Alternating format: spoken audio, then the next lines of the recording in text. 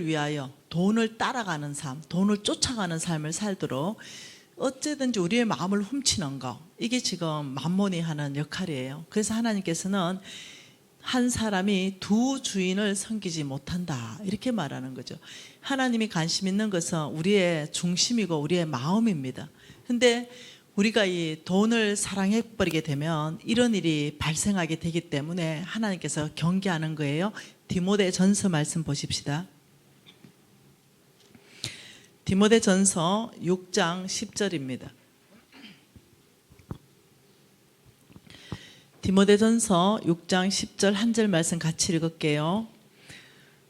돈을 사랑함이 일만 악의 뿌리가 되나니 이것을 탐내는 자들은 미혹을 받아 믿음에서 떠나 많은 근심으로 자기를 찔렀도다. 그러니까 여기에서 지금 뭘 얘기하냐면 이 뿌리가 돈 사랑이다, 이렇게 하는 거죠. 뿌리.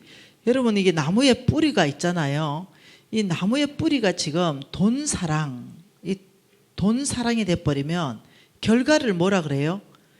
지금 여기에서 결과를 뭐라고 합니까?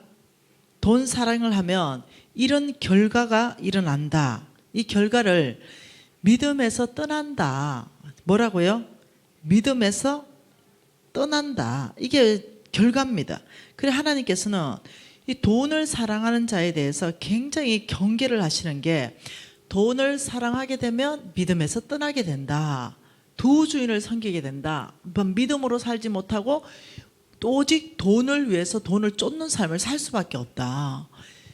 그 돈을 쫓는 삶이 뭐겠어요? 말 그대로 하나님은 한탕주의를 하지 말아라. 너희들이 복권에 소망을 두지 말아라. 너희들이 강원랜드 그런 어떤 도박에 소망을 두지 말아라. 요즘은 그 인터넷에도 도박을 한다고 들었어요. 그런데 소망 두지 말아라. 주식이 이런데 소망 두지 말아라. 하나님께서 모든 재물을 가져 계신데 하나님은 너희들의 모든 먹을 것, 입을 것, 마실 것을 너희들에게 주겠다. 오늘 읽었죠? 마태복음 6장에서 뭐라고 그랬어요?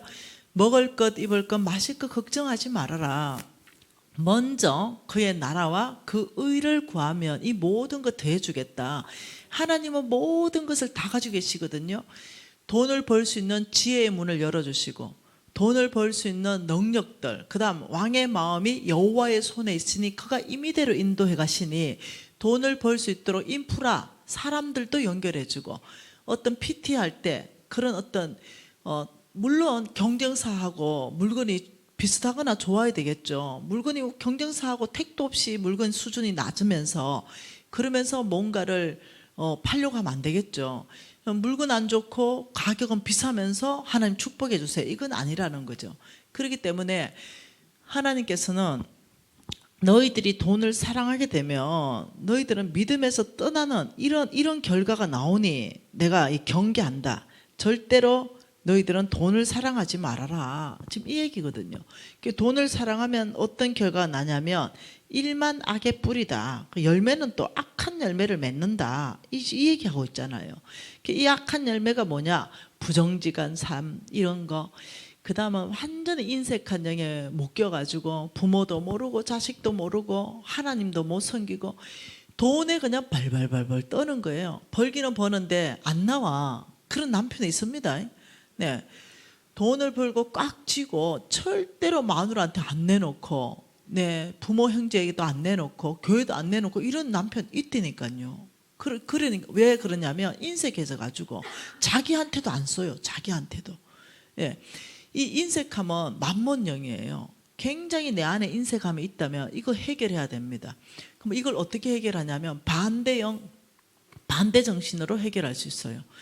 예를 들면은 뭐 인색한 사람은 어떠냐면은, 이게 손에 핸드크림도요, 뭐 3개, 4개, 5개 이거 재어놓고 살아요.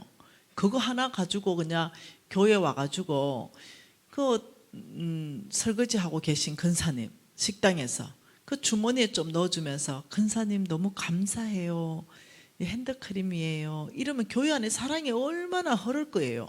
근데 그 핸드크림 5, 6개 있어도 인색한 사람은 유통기한 지나도 그거 버리면 버렸지 남 못 줘. 네. 그런 사람 있다니까요. 남 주는 건 아까워. 그래서 유통기한 지난 게 집에 엄청 많아요. 이런 분들 그렇게 살지 말라는 거예요. 이 인색함은 만몬의 영이기 때문에 유통기한 지나기 전에 2개, 3개, 4개 있을 때는 한 개씩 주머니에 넣어와가지고 교회 안에 푸세요. 네, 섬기고 예를 들면 뭐 원 플러스 원 이런 거 사면은 밀가루라도 2개 사면은 한 개 들고 와서 우리 교회 안에 필요가 있는 분에게 드리면서 사랑합니다. 원 플러스 원 샀는데 우리 집에 많아서 나눠 먹고 싶어요. 이러는 순간 인색감이 깨지기 시작합니다. 아셨죠? 교회 문화를 바꿔가는 거예요. 돈을 사랑하면 뭐라고요? 돈을 사랑함이 일만하게 뿌리라서 부정직한 삶, 인색한 삶 이런 게 일어나면서 결국은 믿음에서 떠난다. 교회는 나와요. 그러니까 하나님이 왜 돈을 사랑하지 말라고 말하냐면 믿음에서 떠나버리기 때문에. 교회는 나오는데 믿음에서 떠나요. 이게 참 큰일이에요. 교회는 나와요. 근데 믿음에서는 떠나요. 네, 그 교회는 있는데 믿음에서 떠났단 말은 뭐냐? 하나님의 방법, 하나님의 원칙, 하나님의 어떤 길 이런 거 아무 상관이 없는 거죠. 교회만 나오고 내가 사는 모든 길, 원칙, 방법은 세상적인 거예요. 믿음에서 완전히 떠났기 때문에. 여러분 우리는 이렇게 살지 않습니다. 왜냐하면 우리에게는 사명이 있기 때문입니다. 그래서 이 뿌리는 안 보이는 곳이잖아요. 우리의 중심을 말하죠. 안 보이는 곳. 우리의 생각, 우리의 마음, 우리의 중심, 우리의 심장 이게 뿌리예요. 안 보이는 뿌리가 중요한 거예요. 왜? 뿌리에서 양분이 다 나오기 때문에. 그래서 생각은 결과를 낳습니다. 마음에 있는 것이 입으로 나옵니다. 그렇기 때문에 이 뿌리에 하나님이 관심이 많다는 것은 중심에 관심이 많다. 그래서 사울 왕을 패하시고 다윗을 왕을 세울 때 사도행전 22장 13절에 뭐라고 말합니까? 내가 사울을 패하고 다윗을 왕으로 세우니 내 마음에 합한 자라 내 뜻을 다 이룰 것이다. 만났다 그랬어요. 내가 다윗을 만나니 내 마음에 맞았다. 사무엘상 16, 17, 18장에 가면 어디를 만났다 나옵니까? 네, 사울을 패하고 사무엘을 통하여 기름 부을 할 때 그 이세의 아들 엘리압이 큰아들이 왔을 때 사무엘이 와 과연 하나님의 기름 부을 자가 여기 있다 했는데 하나님이 그때 뭐랍니까? 아니다, 내가 이미 그를 버렸다.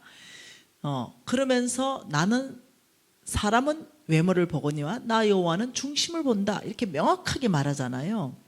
그러니 사도행전 13장 22절에 다윗을 만났다. 어디를 만났어요? 중심요. 다윗의 중심을 만나니 내 마음에 합한 자라. 그 중심을 보고 엘리압은 버리고 다윗을 왕으로 그날 기름 붓는 거예요. 하나님의 관심은 성경 온통에 다 보면 중심이에요. 그게 마음, 안 보이는 곳. 우리는 보이는 곳을 너무 꾸미는 거죠. 이 진짜 안 보이는 생각, 마음을 여기를 꾸며야 되는데 여기에 하나님 말씀으로 꽉 채워가지고 정말 살아내는 이 안이 아름다워야 되는데 우리는 너무 겉을 포장하고 다니는 거죠. 하나님이 여기 관심 없어요. 아시죠? 눈이 찢어져도 하나님의 작품인 거 아시죠? 글작품. 네, 눈이 찢어지고 코가 낮아도 이 하나님의 글작품이야. 하나님 나 독특하게 만들었다 야. 네가 똑같은 얼굴은 둘도 없다 야. 일란선 쌍둥이라도 다르다 야. 이러면서 하나님은 눈이 찢어졌거나 눈이 크거나 다 하나님의 글작품. 하나님 마음에는 무조건 다 이뻐. 하나님은 눈에는 다 이쁘다니까요. 하나님이. 네, 여러분 눈 찢어진 거 있잖아요. 그 코하고 사이즈 딱 맞는 거 아세요? 눈 찢어진 걸 눈에서 자꾸 버리가 뜯어놓으면 코가 안 맞아요. 이거 손대지 마세요. 네, 이게 다 조화가 잘 돼 있어요. 네, 이거 벌려놓으면 코 올려야 되죠. 네, 이래 놓으면 또 입이 또 안 맞죠. 이러니까 하나님이 아주 작품을 기가 막히게 만들었으니까 그냥 건강하게 네, 운동해가지고 적당한 살만 유지하면 됩니다. 무슨 말 이해되죠? 적당한 살. 네, 그렇게 하면 돼요. 그런데 이거 손대면 이거 진짜 견적 커져요. 네. 그러니까 하나님은 우리의 모든 외모를 독특하고 아름답게 만드셨다. 키 크면 키 큰 대로, 작으면 작은 대로. 하나님은요 무조건 우리를 보면서 와 나의 글작품을 보라. 근데 하나님이 진짜 보는 것은 네, 안이에요. 안. 이 안은 우리가 만들어야 됩니다. 하나님이 신방 올 수 있도록 만들고 하나님의 능력이 풀어질 수 있도록 만들어야 되는데 이 안에 보이지 않는 곳에 돈을 사랑함이 일만왕의 뿌리에 있다. 모든 악을 열매를 맺는 건 어디에 있어요? 뿌리에 있다. 그래서 이 뿌리에, 여러분과 내 사이 뿌리에, 여기에 돈 사랑이 있다면 우리는 절대로 돌파할 수가 없습니다. 이 뿌리에 뭘로 바꾸냐? 잠언서 8장 21절로 바꿔야 됩니다. 잠언서 8장 21절이죠. 돈 사랑을 뭘로 바꿀 것인가? 뭐라고 합니까? 이는 하나님을 사랑하는 자가 재물을 얻어서 그 곳간에 채우게 하려 함이라. 뿌리에 돈 사랑을 뭘로 바꿔요? 하나님을 사랑하는 마음으로 바꾸면 계속 한번 봅시다. 그 말씀. 이는 나를 사랑하는 자가, 하나님을 사랑하는 자가 재물을 얻게 되고 그 곳간에 채우게 된다. 하나님은 누구한테 재물을 준다는 거예요? 네, 하나님을 사랑하는 자에게 곳간을 채우게 하겠다. 하나님의 마음은 우리 마음에 와 있는 거죠. 네가 하나님을 사랑하느냐, 돈을 사랑하느냐. 돈을 사랑하는 자에게 곳간을 채우는 것이 아니라 나의 하나님은 그 중심이 하나님을 사랑하는 자에게 곳간을 채운다. 그 하나님을 사랑하는 정근은 어디서부터 나타나는가? 먼저 그의 나라와 그 의를 구한다. 여기에서부터 하나님은 오늘 먹을 것, 입을 것, 마실 것을 다 더해주겠다. 이게 하나님을 사랑하는 증거예요. 먼저 하나님 나라가 확장되는 게 내 관심이고, 교회가 잘 되는 게 내 관심이고, 하나님의 이름이 온 땅에 명예롭게 되는 게 내 관심이고, 하나님의 이름이 영광스럽게 되기 위한 게 내 관심이고, 그러면 나는 어떻게 해요? 말도 세상 사람하고 다르게 하죠. 네, 세상 사람이 하지 않는 말을 하죠. 이해합니다. 아, 그럼요. 충분히 공감합니다. 네, 뭐 제가 도와드릴 거 없을까요? 네, 기도하겠습니다. 아, 축복해요. 이러죠. 세상 사람들 어떻게 말해요? 그럴 수가 있냐? 배신하나? 원수가 없는다. 뭐 이러죠. 우리는 하나님을 영광스럽게 하기 위해서는 우리 입이 예수님의 입이 돼야 되는 거예요. 예수님이 지금 이 상황에 하고 싶은 말씀이 뭘까? 죄 없는 자는 돌로 쳐라. 이 말인 거죠. 남들이 다 죄라고 할 때, 야, 우리도 죄인이고 모든 죄인인데 우리가 그냥 기도만 하는 게 좋겠습니다. 세상하고 다른 얘기예요. 세상은 어떻게 해요? 밝혀내고 덜쳐내고 막 이러죠.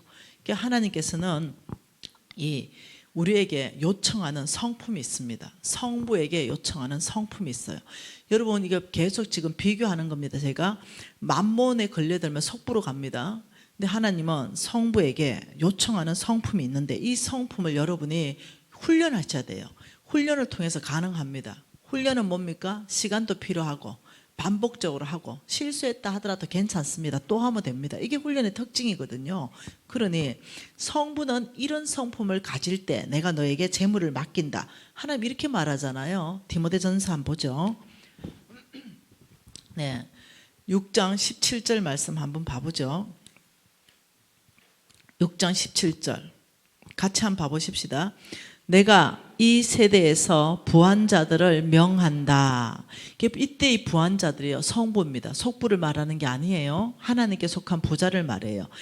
내가 성부들에게 명령한다 이 말입니다. 명하여, 명령한다. 그 성부들한테 명령하는 그 첫 번째가 뭐냐? 마음을 높이지 말라. 교만하지 말라. 너희들이 교만하지 말아야 되는 이유가, 너희들은 돈이 많거든. 왜냐? 내가 축복할 거니까. 돈이 많은데 정함이 없는 재물에 소망을 두지 말고, 이렇게 말했어요. 정함이 없다.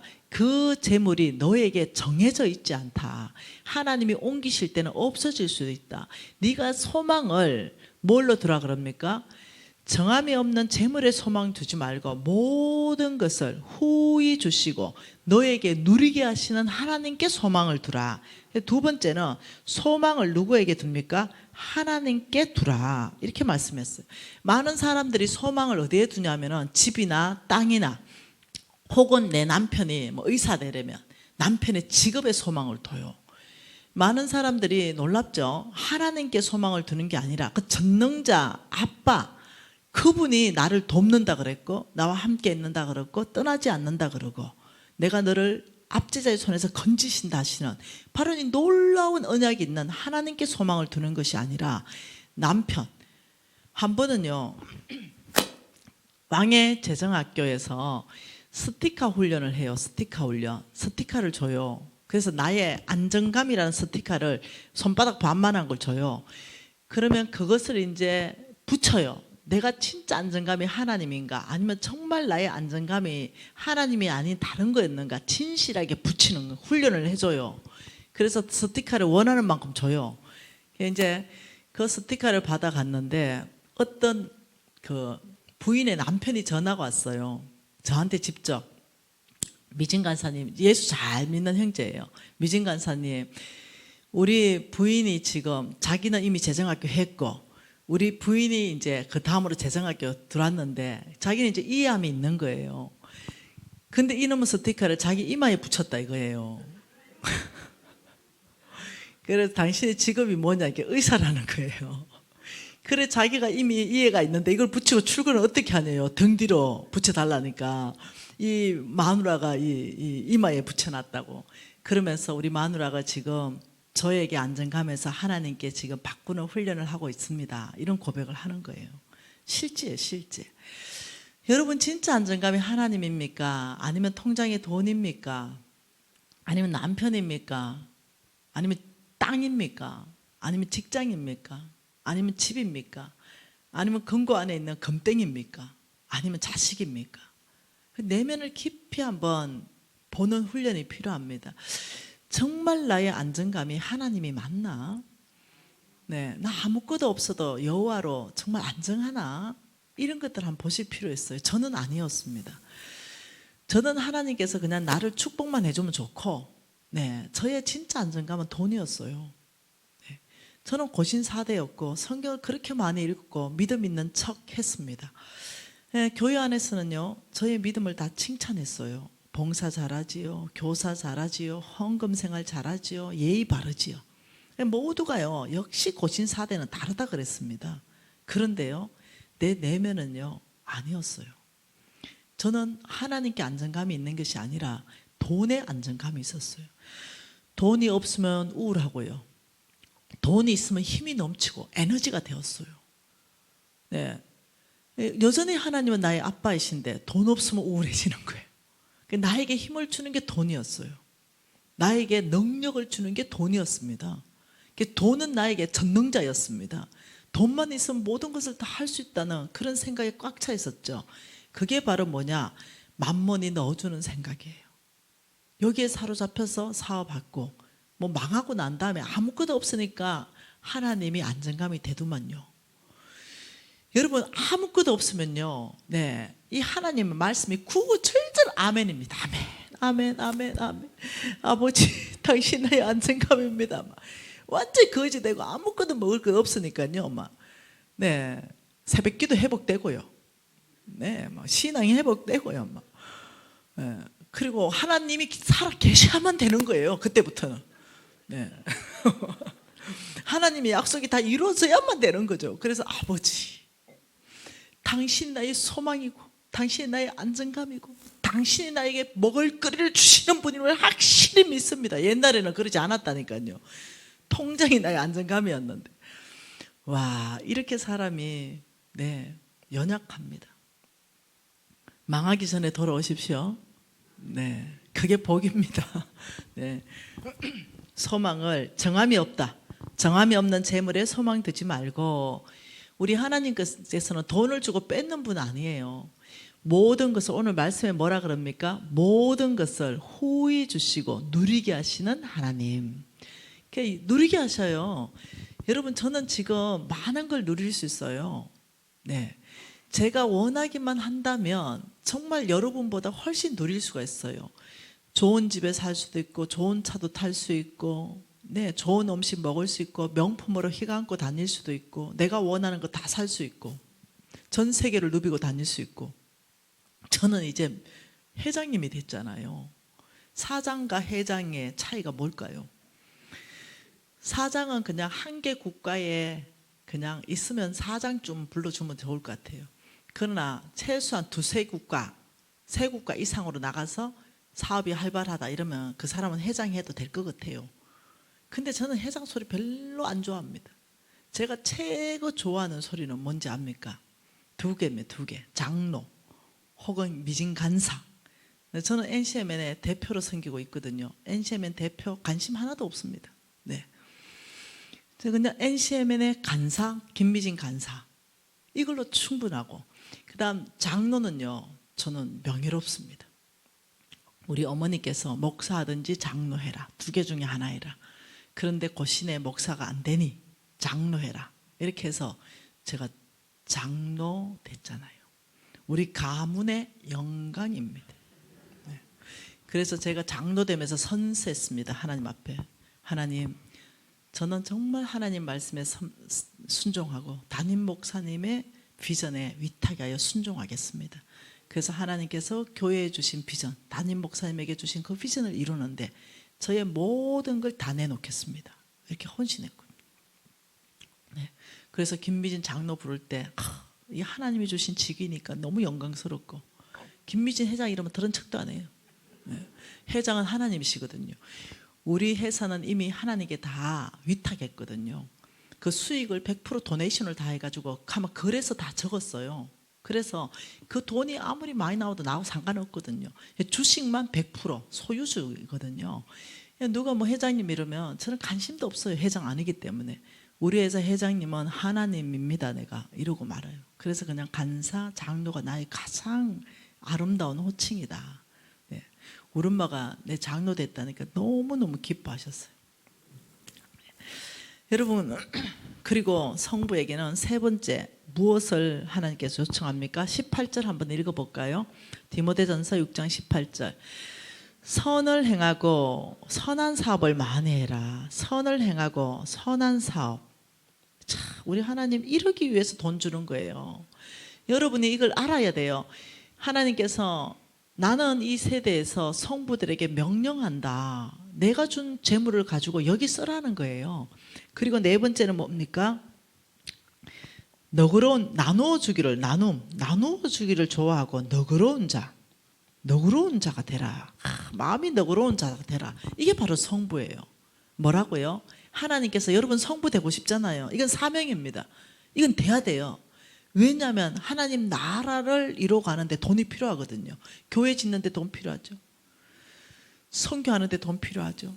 가난한 사람 구제하는데 돈 필요하죠. 아프리카에 물이 없는데 우물 파주는데 돈 필요하죠. 교회 없는 곳이 천지인데 그 교회 지어줘야 되죠. 우리 NCM에는 지금 계속 프로젝트로 교회 지어주고 있잖아요. 그러니 돈이 어마어마하게 필요한 거예요. 그러니 저와 여러분이 경제 영역에 종사하는 분이라면 성부 되는 것이 이게 사명이라니까요. 그러니 하나님은 성부 되려면 너희들은 이런 성품을 너희들이 가져야 된다. 성부들이요, 속이 좁아 터지면요 못 나눠줘요. 선한 일 못해요. 속이 너그러운 자가 돼야 이런 일을 하는 거예요. 이 성부의 성품이에요. 여러분, 이걸 훈련하라는 거예요. 하나님은 이것이 뭐냐, 하나님이 재물을 주실 수 있는 통로들이에요. 내 있는 것에서부터 선을 행하는 거예요. 없는 것을 하는 게 아니거든요. 유통기한 지나지 않게끔 하나씩 들고 와서 나눠주는 것 자체도 선입니다. 그 자체가 너그러운 거예요. 그 벌써 선한 사업이 시작된 것입니다. 그거부터 훈련이에요. 네, 움켜잡는 것이 아니라, 누가복음 6장 38절 주라. 하나님이 주라는 곳에 주라. 가난한 자인데 주라. 주의 종들을 섬겨라. 주라는 거예요. 하나님의 프로젝트가 일어나는 곳, 그곳에 주라. 그리하면 너희에게 줄 것이니 누르고 흔들어 넘치도록 하여 안겨주리라. 우리는 이걸 믿는 거예요.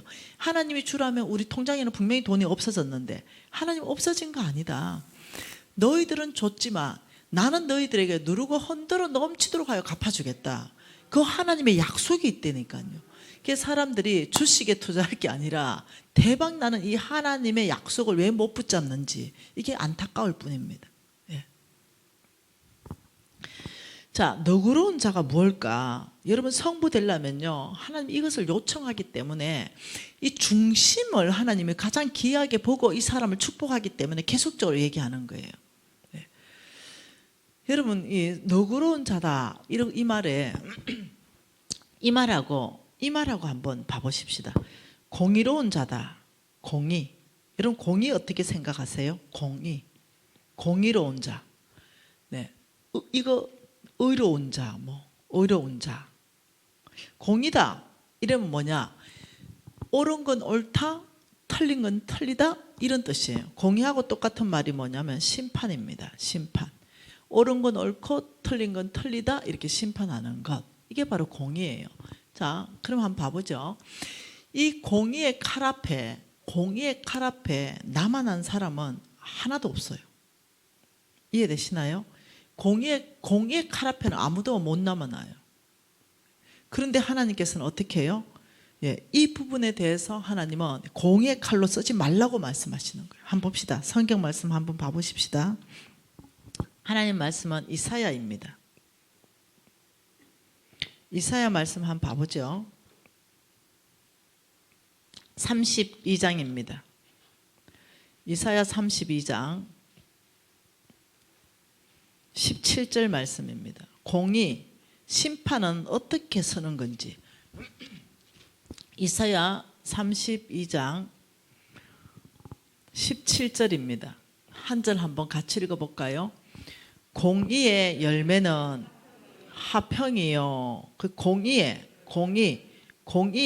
심판이죠. 이 심판의 열매가 있어요. 이게 뭐야 돼야 돼요? 화평이다. 참 놀라운 얘기입니다. 공의의 열매는 화평이요. 공의의 결과가 있어요. 공의의 결과 성경 말씀 띄워주세요. 뭐라고 합니까? 자, 영원한 평안이다. 영원한 뭐라고요? 평안. 그리고 또 뭐라고요? 안전. 이게 하나님의 기준입니다. 너희들이 공의, 심판을 하려면 그 열매가 화평일 때 너희들은 하나님의 공의를 쓴 것이다. 너희가 심판을 하려면 그 심판의 결과가 그것으로 인하여 영원한 평안과 안전을 누려야만이 그것이 하나님의 공의이다. 이게 심판이에요. 심판의 뜻입니다. 심판. 네. 우리는 심판하잖아요. 심판. 이거 옳다? 죄를 지은 거 죄다? 이거는 죄가 아니다. 이렇게 심판하잖아요. 그게 공의거든요. 근데 죄를 지은 사람을 죄를 졌다? 이러면 이게 화평의 결과가 나오냐고요. 죄를 지은 사람한테 온 데 다 알리면서 이 사람 죄인이다. 이러면 이 사람이 그 공의의 심판을 받으면서 평안하고 안전하냐고요. 깨어지고 수치스럽고 모욕당하고 그 사람을 파괴시키고 교회를 깨버리고 이런 일이잖아요. 그거는 사단이 원하는 거예요. 하나님의 공의, 하나님의 심판은 그런 게 아니라는 거예요. 공의를 쓸 때도요. 어떠냐면 이 너그러운 자는요. 이 공의를 쓸 때도 아버지 마음이 꽉 차 있어요. 마음이 넉넉합니다. 그러니 여러분 야고보서 2장 한번 13절 한번 띄워볼까요? 야고보서 2장 13절에는 명확하게 말합니다. 긍휼을 행하지 아니하는 자에게는 긍휼 없는 심판이 있으리라. 긍휼은 심판을 이기고 자랑하느니라. 이게 무슨 말이에요? 이 말은 이겁니다. 자, 공의가 있다. 그리고 여기는 긍휼이 있다. 긍휼이 심판을 이기고 자랑한다. 이거란 말이에요. 네. 너희들은 공의를 쓰려면 반드시 긍휼을 가지고 성품으로 써야 된다 이 말이에요. 근데 많은 사람들이 예를 들어 들어볼까요? 주의 종 목사님에 대해서는 굉장히 엄격한 칼을 들이댑니다. 그래서 어떻게 조금만 잘못해도 베버리는 거예요. 그리고 쫓아내버리는 거죠. 더 심한 거는 심한 사람은요. 그 목사님이 미국 갔는데 거기까지 전화해가지고요. 그 목사님 거기에 사역 못하도록 만드는 겁니다. 땅을 깊이 팔고 목사님 묻고 거기에 콘크리트 쳐부는 거죠. 이게 공의라는 거죠. 왜? 이 목사 죄 졌기 때문에. 사단이죠. 사탄. 여러분 알아야 됩니다. 그거는 공의가 아니에요. 공의는 하나님이 뭐라고 했습니까? 그 열매가 뭐라고요? 화평을 이루는 것이다. 이걸 그림으로 한번 그려볼게요. 자 여기에 사람의 게 있어요. 근데 여기에 이렇게 뭐가 붙어 있어요. 이렇게 같이 모든 사람은 이렇게 되어 있습니다. 자, 이 부분이 뭐냐면 이 부분이 바로 죄의 부분이에요. 이 사람 전체가 죄 덩어리가 아니에요. 우리 모두는 똑같아요. 어느 한 부분에 죄가 있어요. 근데 이것을 이 공의 칼로 이렇게 떼는 거예요. 이게 공입니다. 죄를 분리하는 거. 근데 이걸 하나님의 칼로 뗐으면 어떤 현상이 나타나냐면요, 이런 현상이 나타납니다. 이렇게 해서 죄가 이렇게 분리됩니다. 이 사람에게서. 그러면 뭐냐, 이 공의 칼을 쓰는 데 있어서 이 사람에게 좀 붙어있는 이 죄만 제거하는 거예요. 이 사람 자체를 죽이는 게 아니라 그 죄만 제거해서 이 사람이 더 힘있게 주의 사역을 할 수 있도록 하는 것. 예. 그래서 이 사람의 죄를 온 동네 방네 다 드러내는 것은 사단이 원하는 거예요. 그 사람하고 직면하는 겁니다. 그리고 혹 제가 알고 있는 게 맞습니까? 이 죄를 지으시는 게 맞습니까? 네, 하나님이 나단 선지자를 다윗에게 개인적으로 보냈어요. 그리고 회개하십시오 이렇게 얘기했어요. 그리고 이 사람은 하나님 앞에서 정직해야 돼요. 맞으면 맞다, 나 회개하겠다, 틀리면 혹시 오해이다, 정확하게. 이렇게 하면 이 사람은 어떻게 해요? 죄 지은 사람은 철저하게 하나님 앞에서 그 사람이 나를 개인적으로 찾아왔고 다른 데 막 얘기한 게 아니기 때문에 정말로 긍휼로 공의의 칼을 쓴 거예요. 그럴 때는 철저하게 회개하고 돌이키면서 정말로 주님 앞에 다윗처럼 나가야 되는 거죠. 이해되시나요? 여러분이 이게 바로 하나님이 원하시는 이게 심판의 칼이라는 걸 아셔야 돼요. 이게 바로. 그런데 우리가 참 복받지 못하는 짓을 하는 게 있는 거죠. 그게 뭐냐, 예, 명확하게 어떠냐면 어떤 사람, 이 사람의 뭔가 드러난 게 있다면 온 동네방네 얘기가 그 사람이 이 교회에 더 이상 다닐 수 없을 만큼 쑥덕거리는 거. 네, 이런 것은 너그러운 자 성부의 성품이 아니에요. 온유한 자의 성품이 아닙니다. 그러면서도 말하기를 어떻게 하냐면 아버지 저 성부되고 싶습니다. 하나님께서 뭘 하겠어요? 네 중심부터 바꿔라. 내가 너에게 그래 속이 좁아 터져가지고 그래 믿음으로 못 쓰고 사람들 심판을 내가 그 공의의 칼을 긍휼의 칼로 쓰지 않고 그 사단의 어떤 도구가 되어서 온 사람을 죽이고 온 사람을 모함하고 또 사실도 아닌 걸 확대해가지고 이렇게 하는데 내가 너한테 어떻게 큰 재물을 주겠냐. 여러분 이것은 성부의 성품으로 굉장히 중요한 성품이에요. 이거 여러분 간단하거든요. 입에 자꾸 채우면 됩니다. 네. 입에 자꾸를 딱 채워가지고 주님 앞에 나가면 되는 거예요. 여러분 공의는 어떻게 쓴다고요? 반드시 기억하십시오. 공의는 열매가 화평해야 됩니다. 그 결과가 그 공의를 긍휼의 칼로 쓰게 되면 그 사람은 평안하고 안전하면서 그 사람에게서 죄만 분리되고 여전히 그 사람은 그 사역을 할 수 있고 여전히 그 교회의 성도는 다닐 수 있게 되는 거예요. 깊이 우리 성도들이요 하나님 말씀대로 사는 것, 이게 바로 믿음입니다. 믿음이 다른 데 있는 게 아니에요. 이 말씀에서 이렇게 살아라면 그렇게 해서 하는 걸 훈련하는 게 믿음입니다. 그리고 8절에 뭐라 그럽니까? 32장 8절 같이 읽어볼까요? 존귀한 자는 존귀한 일을 계획하나니 그는 항상 존귀한 일에 서리라. 존귀한 자다. 존귀한 자는 우리는 하나님의 형상이기 때문에만 존귀한 게 아니에요. 하나님의 형상이면 하나님의 성품이 드러나야 하나님의 형상입니다. 외모만 가지고 하나님의 형상이 다 이그러지고 사단의 형상이 나타나는 사람들이 있어요. 네, 회복돼야 됩니다. 하나님의 형상으로 회복돼 가야 돼요. 네, 그러니 존귀하다 이럴 때는 기준점이 뭐냐? 존귀한 주보열이 이렇게 하잖아요. 그 기준점이 뭐냐? 이 사람이 계획하는 거, 이 사람의 지금 하만같이 계획하는 거, 모르드게를 죽이려고 계획하는 거, 이런 건 존귀한 게 아니에요. 흑심이 꽉 차 있죠.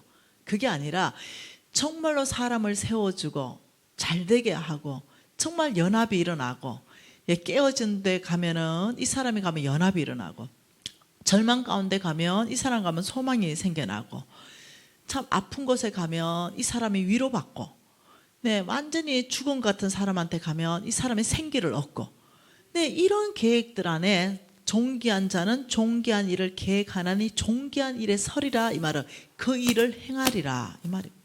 근데 내가 가기만 하면은 다 깨져버리고, 내가 가기만 하면 사람을 낙심시켜버리고, 내가 가기만 하면 이 사람의 소망을 끊어버리고, 내가 가기만 하면 이 사람이 나 때문에 상처 확 받아버리고, 이런 사람이 있다니까요.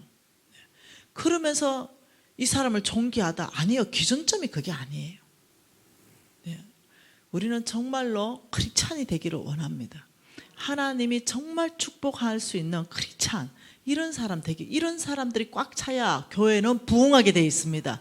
교회에서 더 이상 상처받고 떠나가는 것이 아니라 위로받고 소망을 얻고 함께 신앙생활하고, 바로 이게 교회의 모습인데 회복돼야 되죠. 너무나 우리가 잃어버린 모습, 이거 되찾아야 됩니다. 우리 다르게 살아야 되죠. 뭐가 믿음입니까? 야고보서에서 뭐라 그래요? 행함이 없는 믿음은 죽었다. 말씀대로 행하는 삶이 따라올 때 이 사람을 믿음의 사람이라고 하는 거예요. 여러분, 우리 속지 마십시다. 이런 모든 것 안에서, 우리의 말에서, 우리의 행동에서 예수 그리스도가 드러나는 것, 이거 굉장히 중요한 거죠. 한번 봐보십시다. 자, 만몬은 어떻게 하느냐? 부정직한 삶을 살게 하고, 인색함을 살게 하고, 내 것을 다 내 거. 이거 하나님 거잖아요. 이거 다 하나님의 것을 내 것이라고 주장하는 거죠. 무조건. 우리의 생명도 하나님 것이고, 금도 내 것이요, 은도 내 것이다. 그 하나님께서는 너한테 맡겨놨고 올 때는 빈손으로 와야 된다. 네 거 없다. 이렇게 말했어요. 근데 내 거다. 이렇게 고집하는 거예요. 네 번째는 뭐라 그래요? 이 사람은 또 완전히 주인이 바뀝니다. 주인 바뀐 사람. 주인이 바뀐 사람, 믿음으로 안 산다는 거예요. 그러니까. 그래서 어떻게 하냐면요, 크게 빚집니다. 빚진다.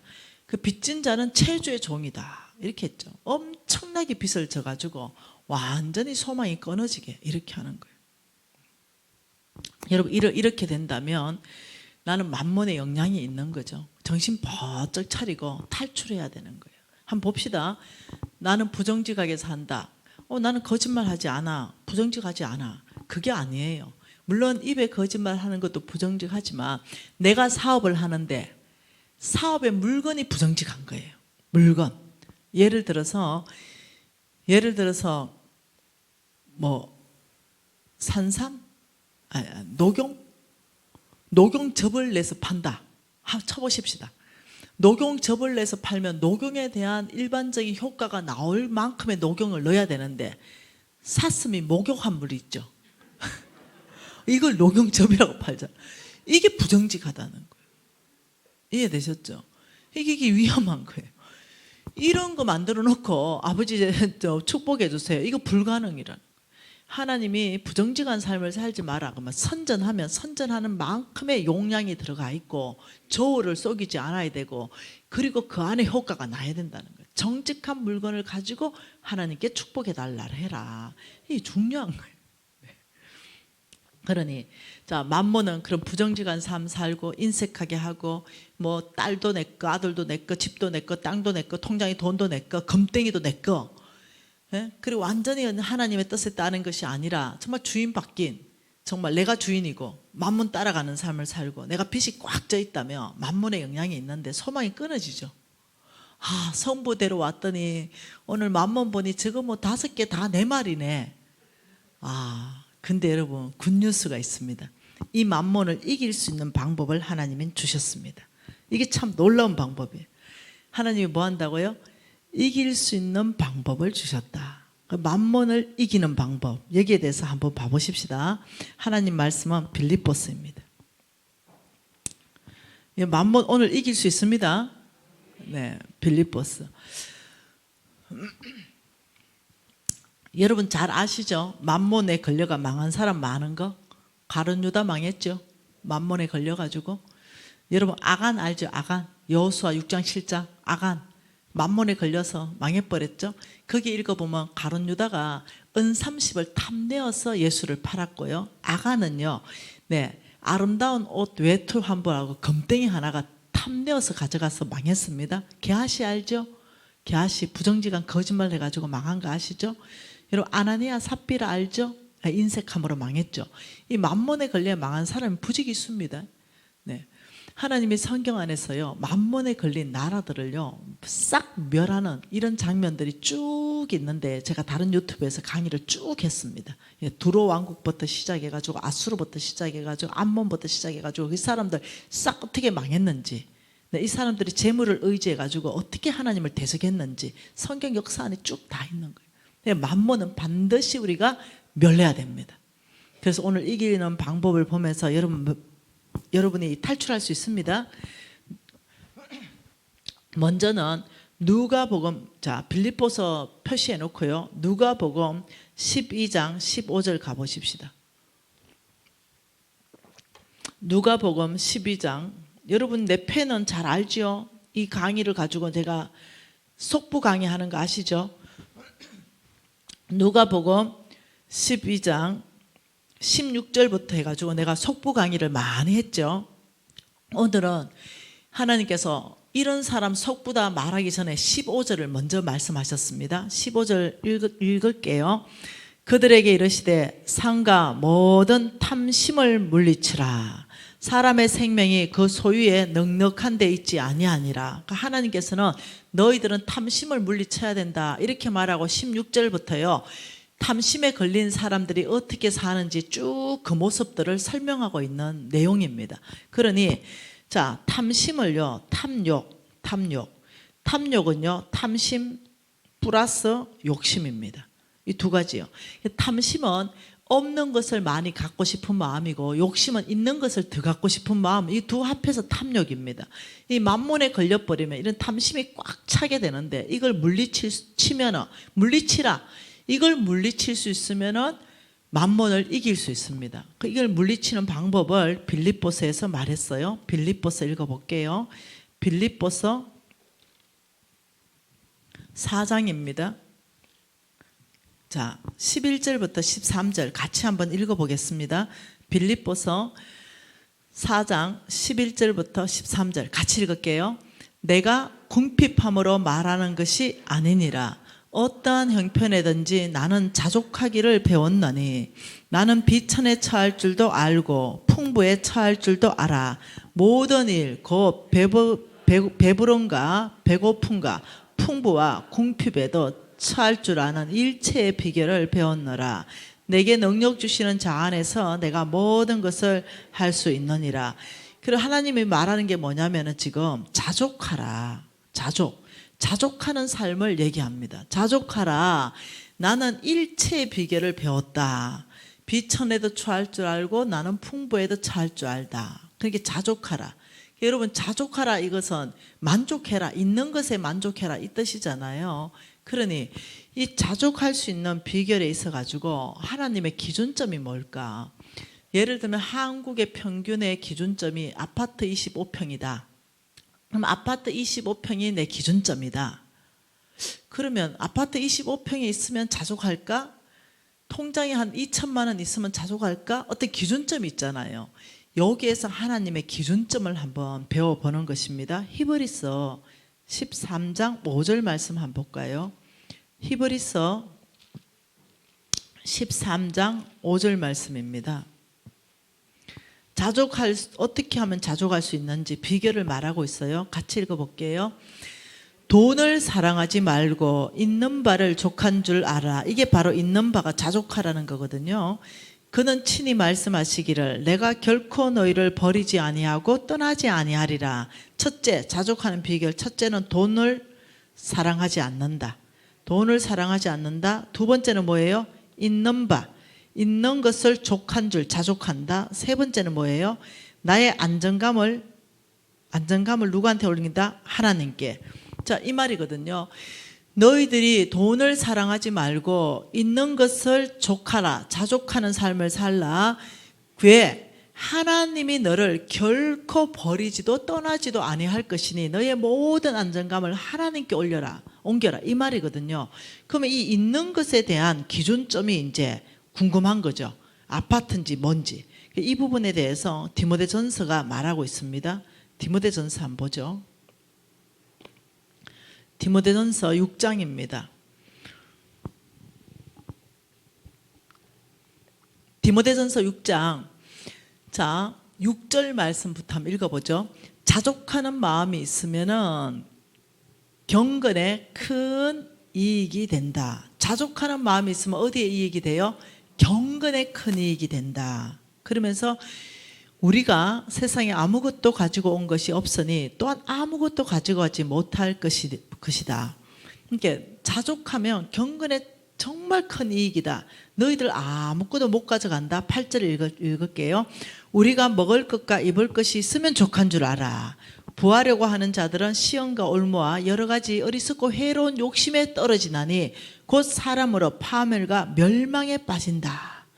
돈을 사랑하는 게 믿음에서 떠난다. 이 말이 이제 10절에 있는 거예요. 그러니 부하려고 억지로 부자 되려고 하면은 파멸과 멸망의 어리석은 해로운 욕심에 빠진다. 탐욕에 걸려든다. 그러니 너희들이 자족하는 마음에 있으면 경건의 큰 이익인데 뭘요? 기준점이 8절에 뭐라고요? 먹을 것. 너희들이 먹을 것이 있냐? 먹을 것.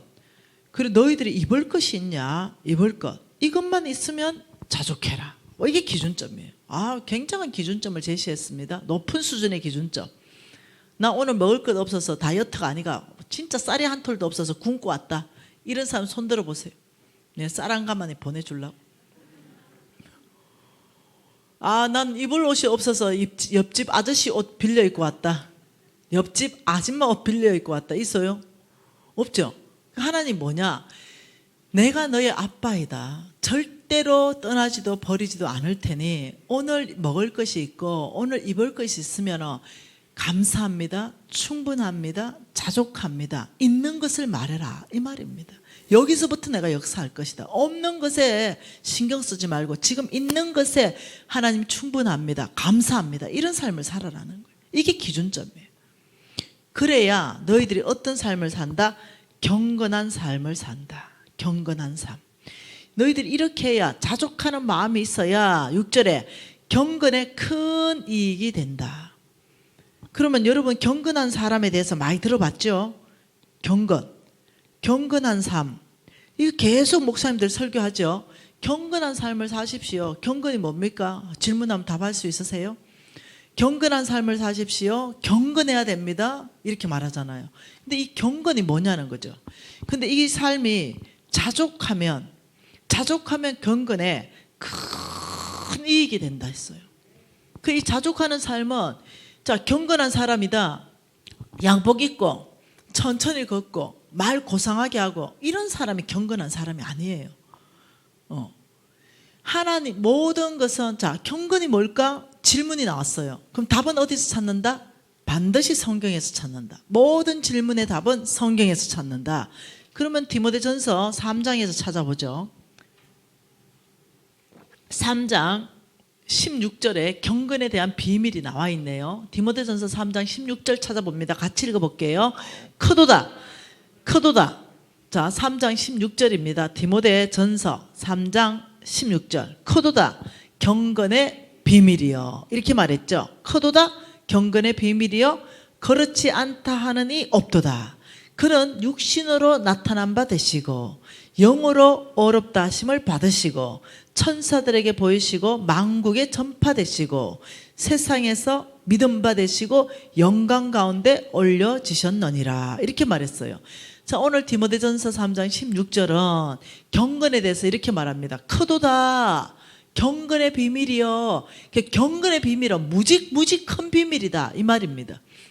근데 그 경건의 비밀을 뭐라 말합니까? 육신으로 나타난 바 대신 예수 그리스도가 경건의 비밀이다. 지금 이 말을 얘기하거든요. 그러면 경건의 비밀에 대한 정의를 한번 내려볼 수 있죠. 육신으로 나타난 예수가 경건의 비밀이다. 이게 육신으로 나타난 예수 그리스도, 이것이 경건의 비밀이다. 이 말이에요. 그러니까 경건은 뭐예요? 육신으로 나타난 예수 그리스도. 그렇다면 자족하는 마음이 있으면 경건에 큰 이익이라 했는데 왜 이렇게 말씀했을까? 자족하는, 한번 봐보십시다. 7절 디모데전서 4장 7절 한번 읽어봅시다. 디모데전서 4장 7절에 망령되고 허탄한 신화를 버리고 경건에 이르도록 내 자신을 연단하라. 연단은 뭐냐? 훈련하라 이겁니다. 경건은 뭐 해야 된다? 훈련을 해야 된다. 경건한 훈련을 통해서 경건에 이룰 수 있다. 이렇게 말했어요. 그럼 어떤 훈련을 할 것인가? 자족하는 삶을 살면 경건에 큰 이익이 된다. 왜 그럴까요? 있는 것 먹을 것만 있으면 족합니다. 이러면 왜 경건에 큰 이익이 되냐면 야고보서 말씀을 한번 봐보죠. 야고보서.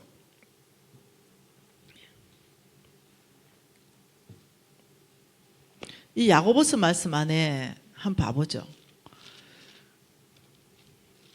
야고보서 1장 27절이네요. 26절, 27절. 한번 같이 읽어볼까요? 네. 누구든지 스스로 경건하다 생각하며 자기 혀에 재갈을 물리지 아니하고 자기 마음을 속이면 이 사람의 경건은 헛것이다. 입 조심해라 이거. 입 조심해라. 첫째 입 조심해라. 둘째 하나님 아버지 앞에 정결하고 더러움이 없는 경건은 곧 고아와 가부를 그 환난 중에 돌보고 또 자기를 지켜 세속에 물들지 않게 한다. 그 경건이 뭐냐? 고아와 가부를 그 환난 중에 돌볼 수 있다. 뭐 하면? 자족하면. 여러분 돈 없어서 고아와 가부에게 나는 죽 한 그릇도 못 사줍니다. 이게 아니라 자족하는 삶을 살면 항상 넉넉하게 남게 됩니다. 자족하면은 경건에 큰 이익이 된다. 그래서 뭐라고 말하냐면 너희들은 경건한 사람이 될 수 있다. 자족하게 되면. 이 자족이 굉장히 중요합니다. 넉넉해지고 풍성해지고 이렇습니다. 자족하는 삶을 살면. 자족하지 않게 되면은 탐욕, 탐심에 걸려버립니다. 하나님이 왜 탐심을 물리치라냐면 이 탐심은요 우상 숭배의 죄거든요. 성경에 한번 봐볼까요?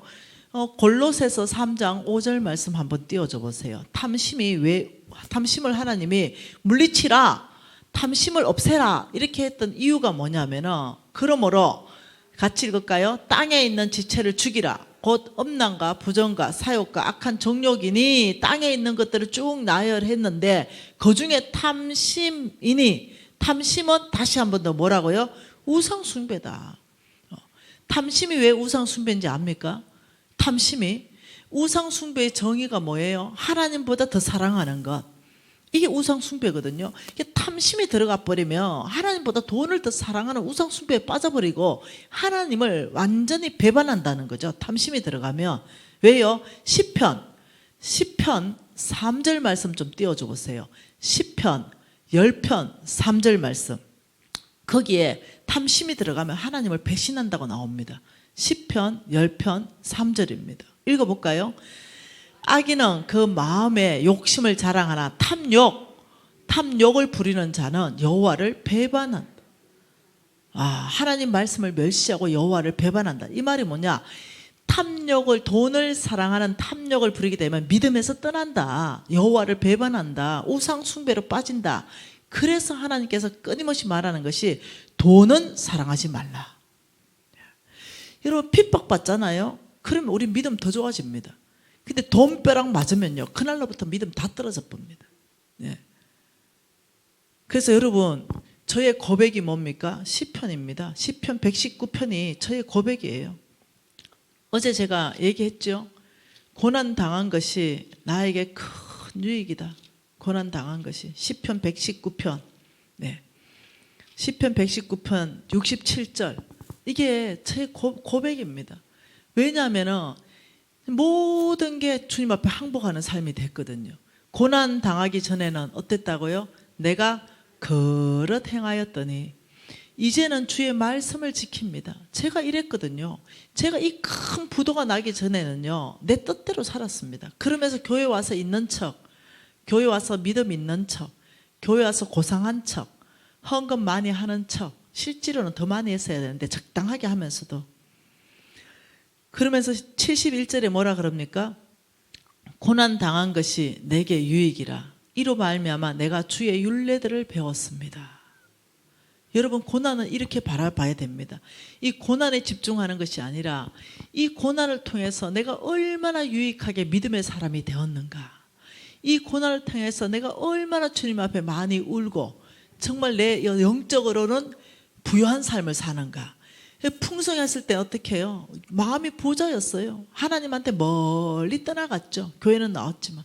그러나 이 고통 안에서는 이제는 주님이 아니면 난 소망이 없거든요. 주님이 진짜 도와주지 않으면 내가 방법이 없어요. 완전 불치병 한번 걸려보세요. 그래 되면 병원에서 못 고친다면요, 하나님한테 매달려요. 정말 나처럼 완전히 한번 망해보세요. 어째 되냐? 아무 소망 없어요. 오직 주님, 다시 나를 축복할 수 있는 오직 한 분, 하나님밖에 없는 거예요. 그러니 저는 고난 당하기 전에는 내 멋대로 살았습니다. 사람들은 아무도 몰랐어요. 네, 아무도 모르죠. 사람들은 내 속을 어떻게 알겠어요? 내가 부정직하게 뇌물 썼는지 어떻게 알겠어요? 사람들은 뇌물 써가지고 공사 다 따왔죠. 그걸 누가 알겠어요? 네. 그런데 고난 당하고 완전히 거지 되니 뇌물 썼기 때문에 그 공무원이 타락한 거예요. 밝은 자의 눈을 어둡게 해버리고 어려운 자의 말을 다 굳게 해버리고 나도 죄짓고 돈 받는 사람 죄짓고 이런 삶을 다 살았어요. 누가 알겠어요? 아무도 모르죠. 근데 나의 하나님께서는 끊임없이 나에게 양심이라는 거, 말씀을 통해서 양심이라는 걸 계속 찔리게 해주셨죠. 꼭 사울 왕이 옷자락을 벤 다윗이 있죠. 다윗이 사울 왕의 옷자락을 베버렸죠. 그 옷자락은 왕권이잖아요. 그러니까 하나님의 세운 왕권에 도전한 겁니다. 옷자락을 뱉다 이 말은 뭡니까? 그 부하들한테 사울 왕을 험담했다 이 말 아니겠어요? 옷자락을 뱉다. 그러니 그게 뭐랍니까? 양심을 찔리게 했다 이랬어요. 그리고 다윗은 완전히 회개했어요. 그 다음에 죽일 수 있었는데 하나님이 죽일 수 있는 모든 여건 다 만들어줬죠. 깊이 잠들게 했죠. 그래서 왕의 텐트까지 들어갈 수 있게 했죠. 근데 이미 양심을 깊이 찔렸기 때문에 회개했어요. 하나님이 기름 부은 자를 내 손으로 치는 것을 하나님이 금했다. 전쟁에서 죽거나 병들어 죽거나 내 소관이 아니다. 손대지 말라. 이제는 완전히 회개하고 돌이켰어요. 그 양심이 찔린다 이 말은 뭐냐면 성령이 지금 나에게 말씀하신다 이 말이거든요. 여러분도 오늘 이 2시간 안에 뭔가 양심이 찔리는 게 조금이라도 있다면 이게 지금 성령의 사인이거든요. 돌아오라. 너무 멀리 갔다. 너희들이 돌아오면 나오미처럼 보리 추수밭이 준비되어 있다. 너희들이 삼촌처럼 드릴라의 품에서 돌아오면 내가 너의 머리털을 다시 나게 할 것이고 너희 축복들이 기다려 있다. 너무 하나님의 방법과 원칙에 너무 벗어나 있다. 너희들이 지금 이때 내가 그 양심이라는 기능을 통해서 나는 성령을 통해서 말하고 있다. 그러니 너희들은 이때 돌아오라. 여러분 하나님의 메시지 앞에 저는 반응하고 싶은 거예요. 정말로 다르게 살고 싶은 거죠. 만몬에 걸려있는 바로 이 삶 끊어버리십시다. 오늘부터 아버지 저는 만몬을 거절합니다. 하나님이 주시는 바로 그 방법대로 다시 살기로 결정합니다. 이거 굉장히 중요해요. 입을 열어서 결정하는 거 굉장히 중요해요. 여러분 정말 하나님을 믿는다면요 이 땅에 소망을 두는 것이 아니라 오직 하늘나라의 소망을 두는데요 다윗처럼 고백할 겁니다. 다윗이 왜 다윗인지 압니까? 다윗은 역대상 29장 하반절에 보면 뭐라는지 압니까? 늙어 죽도록 부하고 종기를 누리도록 했다라고 명확하게 말하고 있어요. 왜 그럴까요? 다윗의 중심은 다윗의 재산은 이렇습니다. 시편 119편 56절 한번 띄워줘 보세요. 오늘 이 밤에 이렇게 헌신하고 싶어서 그래요. 시편 119편 56절 한번 읽어볼까요? 다윗의 내 소유는, 이게 다윗의 고백이거든요. 내 소유는 이것이니 곧 주의 법도를 지킨 것입니다. 와, 여러분 소유 뭡니까? 내가 물어봐요 지금. 여러분 소유 뭡니까? 이러면 집입니다, 땅입니다, 자식입니다, 통장이 돈입니다 이럴 거예요. 다윗은 어마어마한 부자였거든요. 그런데 다윗이 무엇을 고백하냐면 나의 재산은 이겁니다. 소유. 나의 재산은 이겁니다. 주의 법도를 지킨 것. 주님이 말씀하신 명령을 지킨 겁니다. 주님이 살라라고 하는 방법대로 살아낸 것, 믿음으로 산 것이 나의 소유입니다. 왜? 땅과 재산과 이거는 못 가져가거든요. 빈손으로 갖고 너희들은 빈손으로 와야 되거든요. 아무리 이 땅 안에 재산이 많아도 하나님 앞에는 빈손으로 가거든요. 그건 재산이 아니라는 거예요. 그것은 그저 주님께서 맡겼다는 거예요. 그냥 맡은 자라는 거예요. 청직이라는 거예요. 나의 진짜 소유는 뭐냐? 영원한 나라 안에서 하나님이 계산해 줄 바로 그것이 내 소유고 내 재산입니다. 그것은 뭐냐? 이 땅 안에 믿음으로 살았고 주의 법도를 지킨 것, 아버지, 이것은 영원한 면류관입니다. 이것만이 내가 들고 내 소유를 가지고 하나님 앞에 설 수 있습니다. 이 다윗의 고백 보세요. 재물관에 대한 이 사람의 명확한 태도 좀 보세요. 하나님 앞에 갈 때 여러분 모든 이 땅에서 맡은 집이든 땅이든 돈이든 다 놓고 가야 됩니다. 못 가져가요. 근데 가져갈 수 있는 유일한 건 다윗이 고백한 것처럼 내가 이 땅에서 주님의 법도를 지킨 것, 믿음으로 산 것, 아버지 부정직하지 말라 해서 제가 부정직하게 살지 않으려고 노력했던 것, 아버지 이것은 나의 재산입니다. 이것이 나의 소유예요.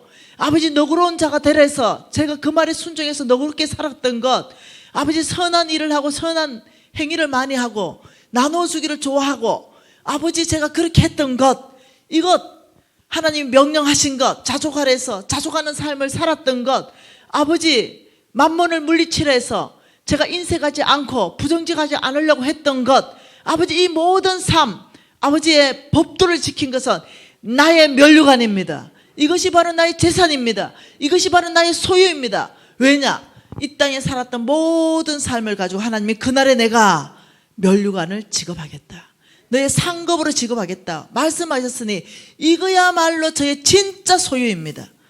여러분 이게 다윗이에요. 여러분의 소유를 바꾸십시다.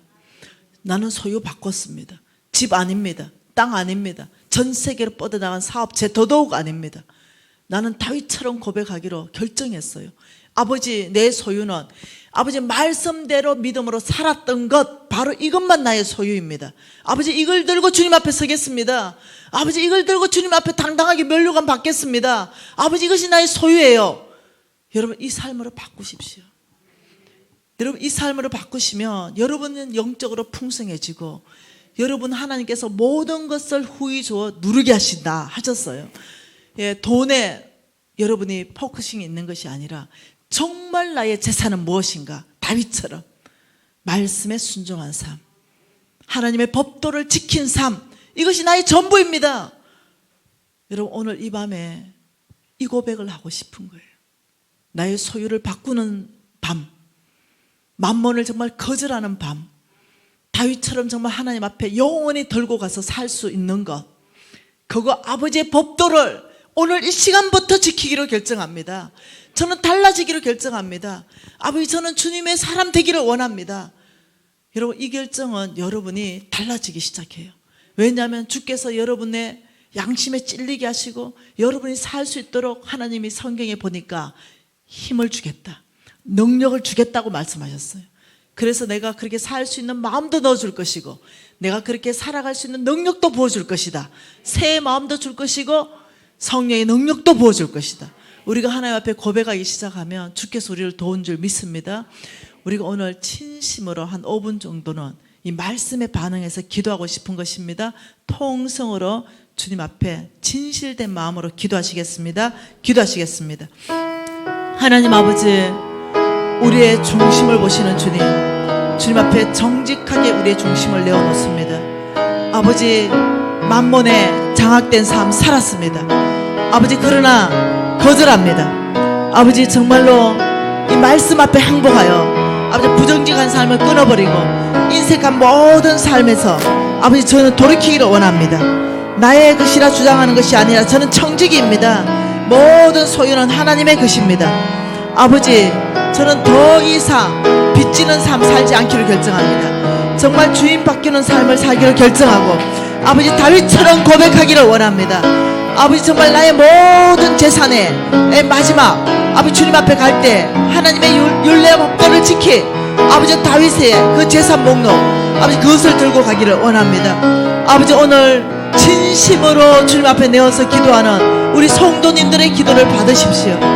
여러분 계속 좀 기도하십시오.